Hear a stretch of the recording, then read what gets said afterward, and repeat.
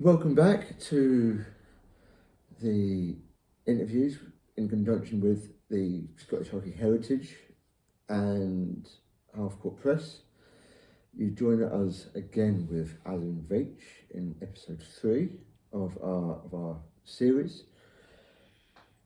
Here we are going to be chatting about the current activities of Scottish Hockey Heritage. Alan, what have you been up to recently? Well, personally, I've been doing a lot on the international records, and probably this is the opportunity just to sort of appeal for a bit of help here.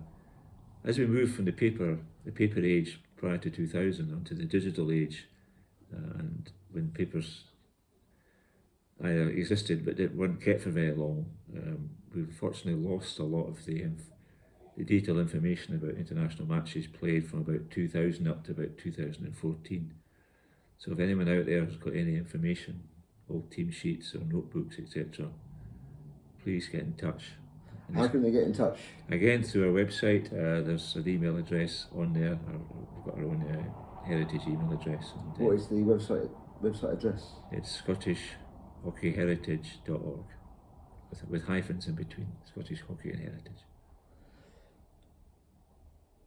Is there anything in particular that you want to really looking for? Is there anything that we're lacking? Yeah, I think it's. The perfect world is to get the actual detailed team sheets or match report forms, because they give you exactly who played when and when.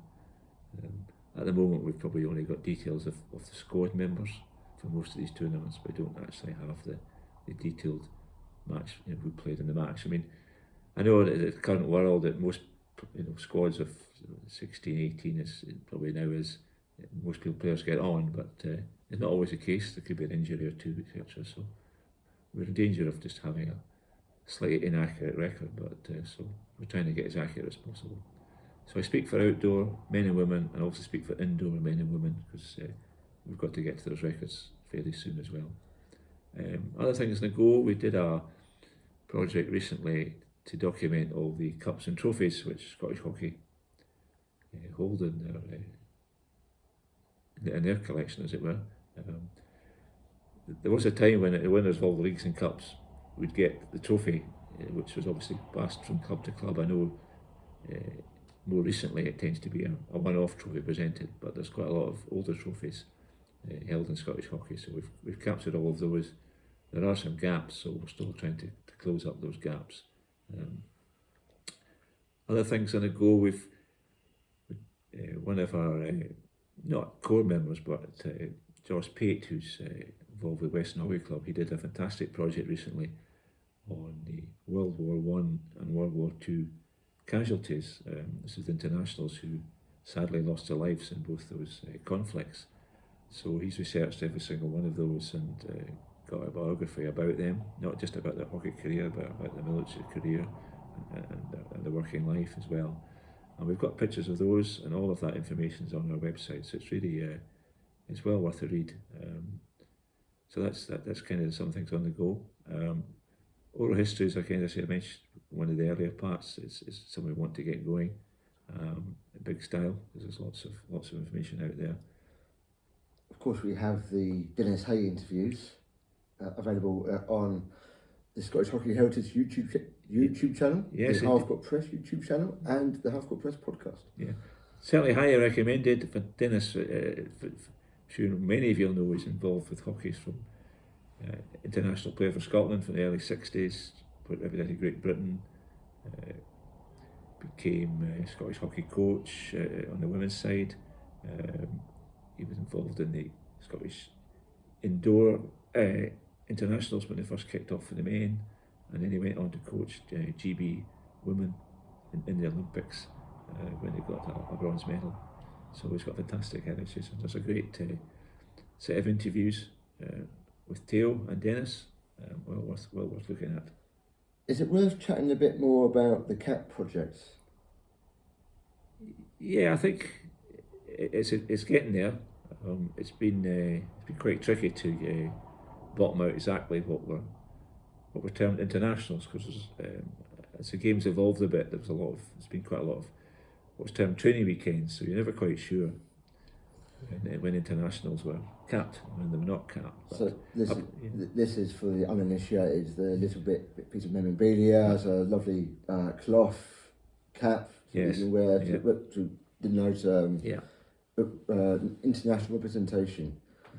Yes, because I think it would be good. I know that latterly they've been giving cloth caps to the cap players, but I think it'd be nice to recognise many of those who've not had the official cloth cap. But that would be a project in itself, and it would need some good finance behind it. But There's a Right. fashion these days, though, to have unofficial test series, isn't there? Where yes, people or coaches and federations are worried about losing international ranking points. But yes, it's a great beware who you're playing and be careful and don't play too many 3-match series against people you might lose to, and as you say, you lose your ranking points. So that's quite, some of them are quite there tempted was that. there was a great quote, 2018 Women's World Cup, where Ireland, beyond all the odds, got to the final against Holland, the Netherlands, and the coach had turned around after winning the semi-final saying, "We've been asking them for a friendly or a test series for ages, and they can't turn us down now." Yeah. So, but again, the international records are now going on the latter from about 2014. The official internationals are now going on to the FIH website. So there is there's a proper record now going forward being kept, but it's all that what happened beforehand, and it's not there. Why are these projects important? Why is it important to know about the caps and international appearances? I think, certainly for the players, lots of players are. They simply want to. They want that information recorded, and but I think it helps with many things. We get the odd inquiry comes in on sort of people who are doing family histories. They'll come and say, "I think my grandfather played for Scotland, but I'm not sure. Can you give us information?" So there's a wee bit of that going on. About the oral histories, why are they important? I think that you can write volumes and volumes of text, but I think the best way, many of the easy ways to capture history is to hear it from the horse's mouth. So half an hour with an ex-player or an administrator is good. It's good viewing, good listening. And you can listen to as and when, and it doesn't have to be, you have to sort of listen right the way through. You could pause it and pause the video, etc. I've always found sport in general, no matter what the game or the code, as a nice indication of where a society was at that moment in history. Yeah. In terms of, it might sound a bit banal sometimes talking about sports history, but if you look at a game in the 1920s compared to the 2020s, you can look at, I suppose, representation of ethnic minorities, participation opportunities for women, how open are LGBT communities.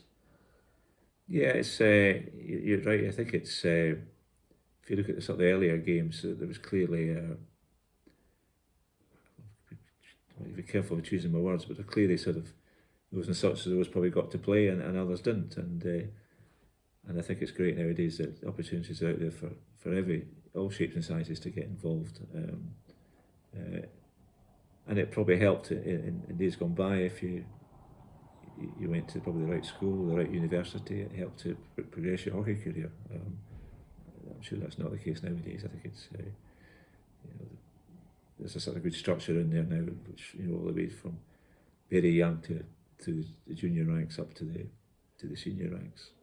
I suppose having a record of the history and the stories, we can see where were we are we now, as a compare and contrast, and how much further we need to go to get to more sort of. There's definitely, you can see that it's obviously an amateur game for many years. It's only in more recent times that it's become if you want to reach the top, you've almost got to play hockey full time.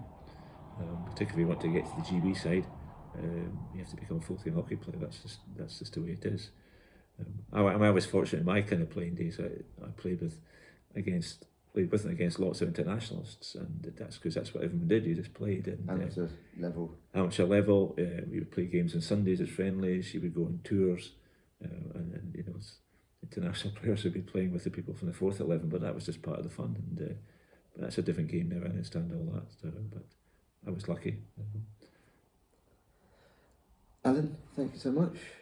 This has been episode 3 of our Scottish Hockey Heritage interviews series with Alan Veitch. Tune in to listen to our previous episodes, but also our future ones. Thank you so much.